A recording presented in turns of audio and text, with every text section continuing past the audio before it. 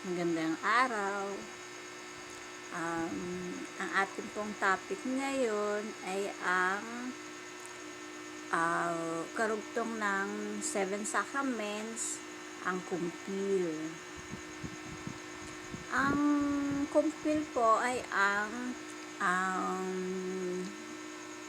kumukumpleto sa ating binyag. Kung sa binyag, nililinis tayo, ngayon, ang pagbaba naman ng Holy Spirit sa atin sa kumpil. Parang po yung ganito, yung isang baso, diba, nilinis na. Dahil ang binyag ay nililinis tayo sa ating mga kasalanan. Ngayon, sa kumpil, pupunuin naman tayo ng Holy Spirit. Ayun. Sino ang mga maaring kumpilan? Ayun ay ang mga nabinyagan na. Silang maaring kumpilan. Tapos, ang bishop ang nagkukumpil. Noong araw,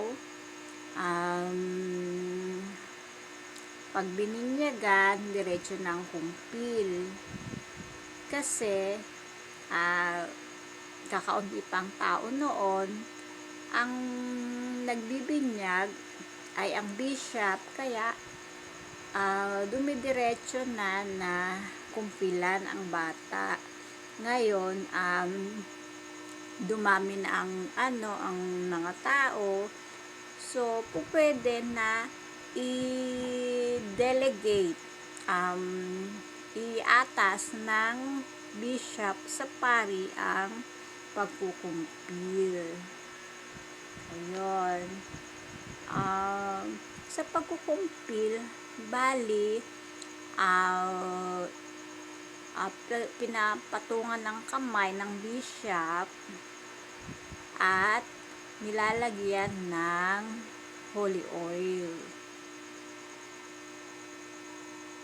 Ayun. Tapos bishop.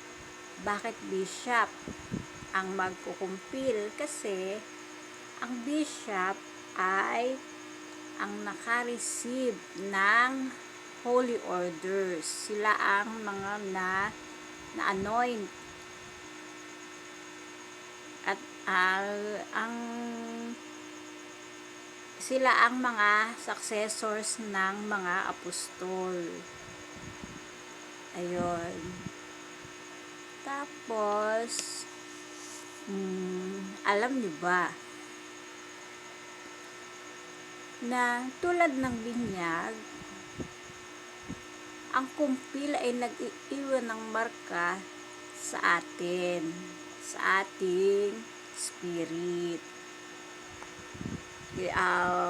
Permanent na print na katulad din ng sa binyag na hindi nabubura. Ayun, ganun nga, ipapatong ng bishop yung kamay, tapos alagyan ng holy oil. Yun, yung holy oil, yun yung mga bininyagan ng yung mga blines ng bishop noong Holy Thursday. Yung chrism oil. Ayun.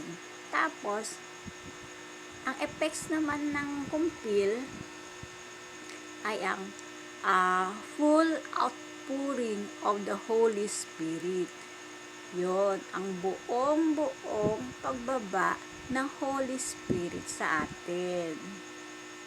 Parang yung, 'di ba, sa Pentecost, doon sa mga apostol, ganun ang pagbaba ng Holy Spirit. Sa atin talagang buo. ang ano nito ay pinapalalim pa yung ating binyag. At lalo tayong upang lalo tayong mapalapit kay Kristo. At nakakatanggap na tayo ng gifts of the Holy Spirit. Ano ba yung mga gifts ng Holy Spirit? Ang wisdom. 'Di ba? Yung wisdom na maano ka na mag-judge, mag-isip. 'Di ba? Parang si Haring Solomon, 'di ba? Wisdom. Na maano nang magtimbang. 'Di ba? Ng tama at mali, 'di ba? 'Yon. Tapos understanding. Wisdom, understanding, 'di ba? Yung pag-intindi, pang-unawa. Tapos knowledge, yung talino. Fortitude, yun yung courage, 'di ba? Fortitude, tapos cancel, 'di ba? Yung pag magbibigay kang payo, ganon.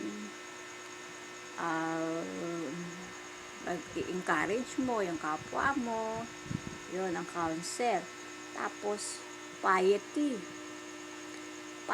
ay ang yung pag mabuhay ka ng disente, ng naayon sa kagustuhan ng Diyos. Mamuhay ng walang kasalanan. Ganon, devoted to God.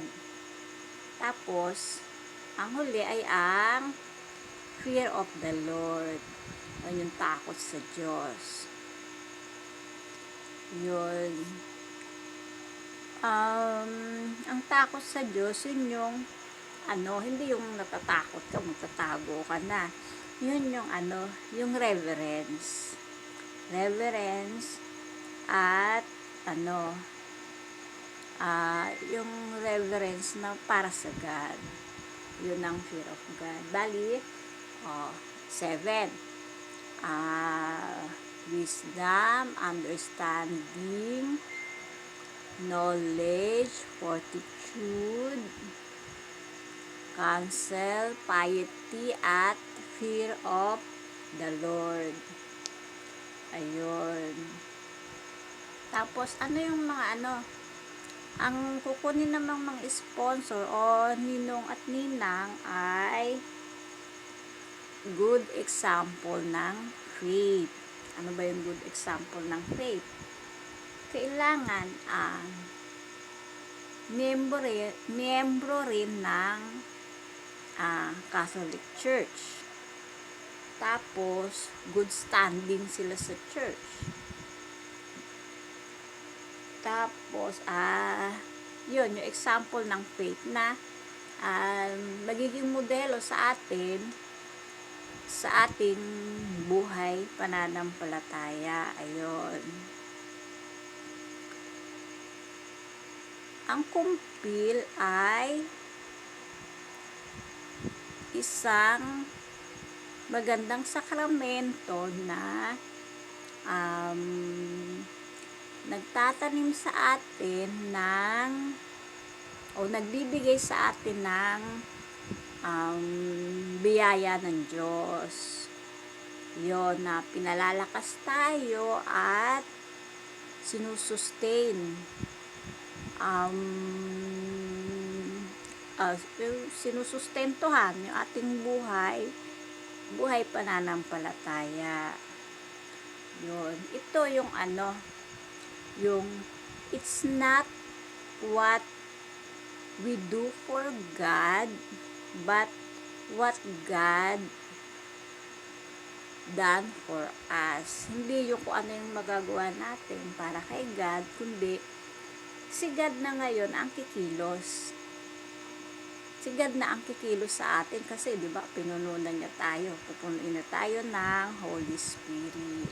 So, siya na ang kikilos sa atin. Tayo naman, kikilos ng naaayon sa kalooban ng Diyos. Na maging karapat dapat tayo sa Kanya. Ayun.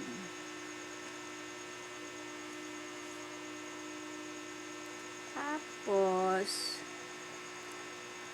yung ito, faithful are born anew by baptism.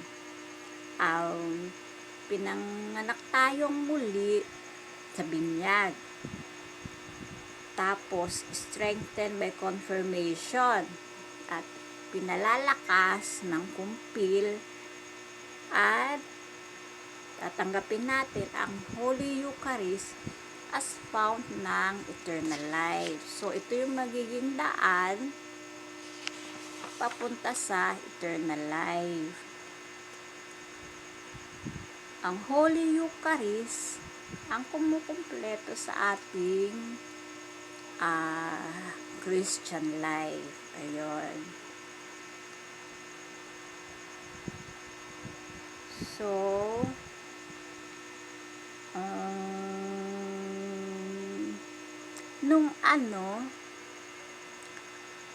noong dati history, nung hindi pa pinapayagan ni Constantine ang Catholic Church, so ang bishop ang nagkukumpil, nagbibinyag at nagkukumpil. Pero nung pinayagan na ni Constantine ang Catholic Church, dumami yung tao, dumami yung responsibility. Kaya inilipat na yung ibang mga gawain sa pari, pero ang pagkukumpil ay gawain pa rin ng bishop. Alam nyo ba? Alam nyo ba na diba noong unang panahon, Old Testament times pa, diba si Haring David nilangisan, diba pag magiging hari ka, lalangisan ka. Tapos diba yun si Samuel, diba, ayun nga, nilangisan si Haring David. Tapos pag yung mga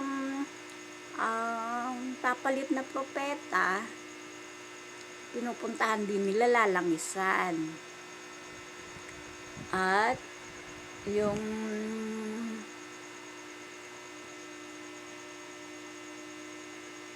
king, priest, prophet, pari, yung mga pari din. Yung mga pari, diba, yung mga nilalangisan din sila, yung mga pari, chief priest, diba, nilalangisan. Ang hari, ang propeta, at ang pari. Ngayon, ikaw ay nilangisan na. Kaya, ikaw ang nagsishare ng pagiging hari, pagiging propeta, at pagiging pari. So, ikaw ngayon ay merong responsibilidad na kaakibat ng pagiging hari, pari, at propeta. At may hari ba? May pari? May propeta ba na tutulog-tulog? Hoy, gising! Bye-bye! Salamat sa inyo!